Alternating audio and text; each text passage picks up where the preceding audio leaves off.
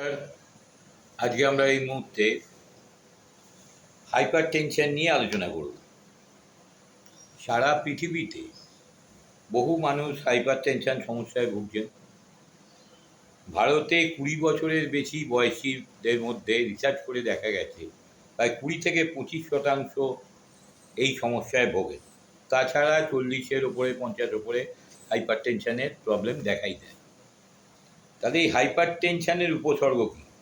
উচ্চ রক্তচাপ যেভাবে কোনো উল্লেখযোগ্য উপসর্গ থাকে না, সবসময় চিকিৎসা বা উচ্চ রক্তচাপ এর ফলেই আমাদের heart failure, heart attack, haemorrhagic অথবা থ্রম্বোটিক ব্রেন স্ট্রোকের সমস্যা হয়, কিন্তু আমরা সবসময় তার উপসর্গ দেখতে পাই না। কিছু কিছু সময় উপসর্গ দেখা যায়। এই কারণে আমাদের বলা হয় যে ব্লাড প্রেশারটা একটু মনিটরিং করার প্রয়োজন।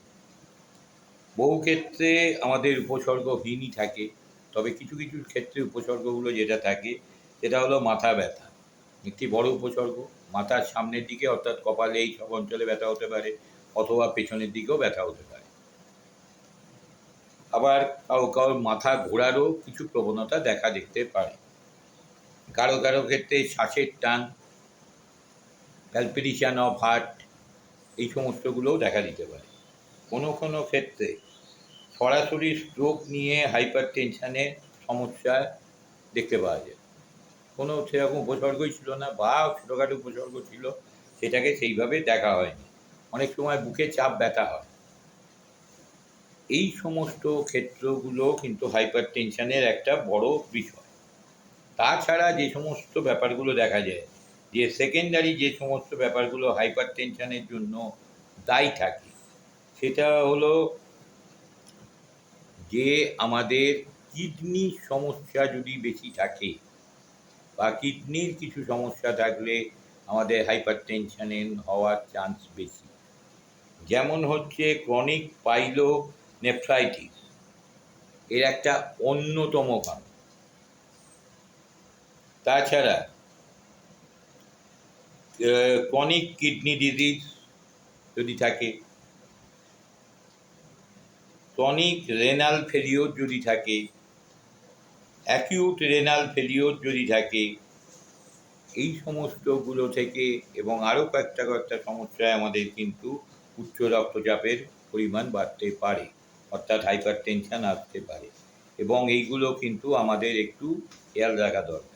থাইরয়েডের সমস্যা, হাইপার বা হাইপো থাকলে সেখানেও দেখা যায় কিন্তু হাইপার টেনশন থাকে। তাহলে যারা থাইরয়েড এই সমস্যায় ভুগছেন বা ডিটেক্ট করতে পেরেছেন যে আমার থাইরয়েডের কিছু সমস্যা আছে, তারা হাইপার টেনশন সম্পর্কে একটু অ্যালার্ট হয়ে ব্লাড প্রেশারের পরিমাণ কী বাড়ছে সেটা দেখে নেবেন। হাইপার টেনশনের কারণে দেখা দিতে পারে একাধিক জটিলতা, হার্ট অ্যাটাকের সমস্যার মতো সমস্যা হতে পারে। তাছাড়া এই মারাত্মক স্ট্রেসের ওপর তো আমরা অনেক কিছু বলেছি, ভ্যারাইটিস কারণে স্ট্রেস হয়, সেটা হাইপার টেনশনকে বাড়ায়।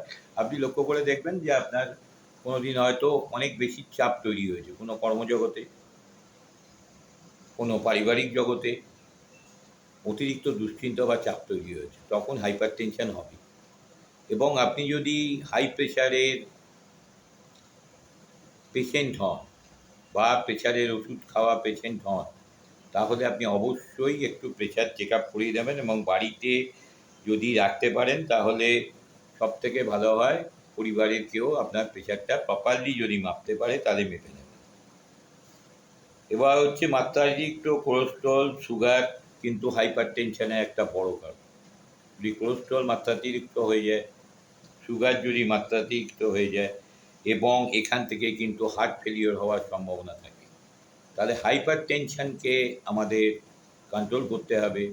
এর চেয়ে বেশি বললে একটা ভিডিওতে অনেকক্ষণ লেগে যাবে, এবং হাইপার টেনশন কন্ট্রোল করার জন্য আমাদের ফিজিক্যাল থেরাপি বা যোগ থেরাপির মাধ্যমে, যৌগিক এক্সারসাইজ, কিন্তু যেটি আপনার হাইপার টেনশনকে ম্যানেজ করবে। তাহলে যদি থাইরয়েড থাকে তাহলে থাইরয়েড ম্যানেজমেন্ট, তার সঙ্গে হাইপার টেনশন, বেসিক গ্রোথ হলো থাইরয়েড, হাইপো বা হাইপার থাইরয়েড।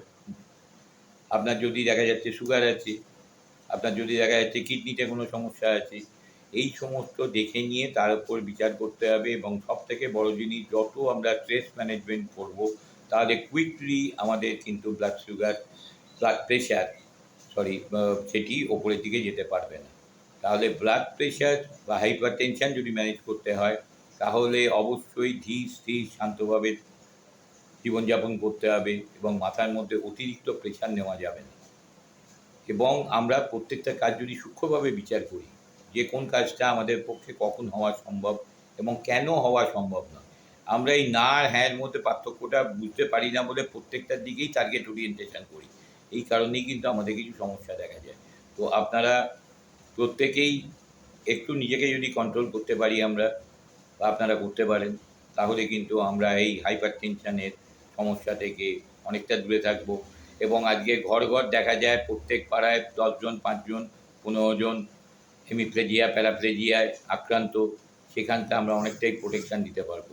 হয়ে যাওয়ার পরে ফিজিক্যাল থেরাপি ম্যানেজমেন্ট তাকে রিহ্যাবিলিটেশন করছে, কিন্তু আমরা চেষ্টা করব যাতে তার কোনোভাবে হার্ট অ্যাটাক বা স্ট্রোক কোনো কিছুই না হয় এবং তার অর্গ্যানগুলো যাতে ঠিকভাবে থাকে, তার জন্য খাওয়া দাওয়ার পরিমাণ আমরা কন্ট্রোল করব, মানসিক চাপ কমাবো, যাতে কোলেস্ট্রল না বাড়ে, সেই সব নিয়ে আমরা প্রত্যেক দিনই আলোচনা করছি।